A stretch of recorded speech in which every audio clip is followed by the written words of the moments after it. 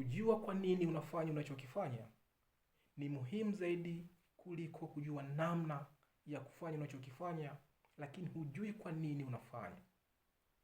Kumbuka, kwa nini unafanya ndiyo kusudi lako.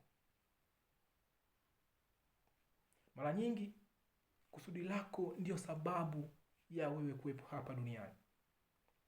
Kusudi lako ndiyo sababu iliyomfanya Mungu wewe kukuumba.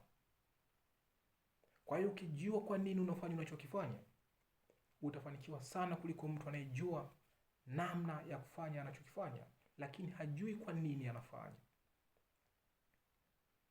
Je, utajuaje kusudi lako?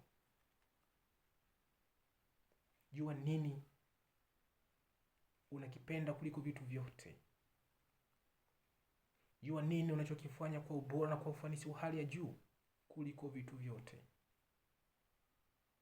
Jua nini unachokifanya kwa urahisi, lakini unapata matokeo makubwa kuliko watu wanaofanya kwa ugumu, lakini wanapata matokeo kidogo.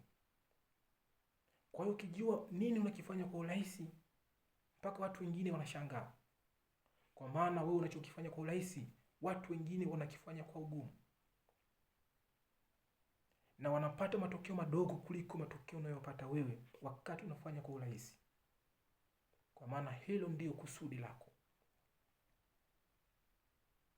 Jua nani anakuvutia uwe kama yeye. Hilo ndio kusudi lako. Kwa hiyo ukijua kusudi lako, hakika utafanikiwa. Ukijua kwa nini unafanya, hakika utafanikiwa. Kwa hiyo unapaswa ukiamini unachokifanya, ukipende unachokifanya, hakika utafanikiwa na hautokata tamaa kamwe, bila kujali utapitia changamoto kubwa kiasi gani, bila kujali utapitia hali ngumu kiasi gani. Kama unajua kwa nini unafanya, hutokata tamaa kamwe, na hakika utakwenda kufikia mafanikio yako.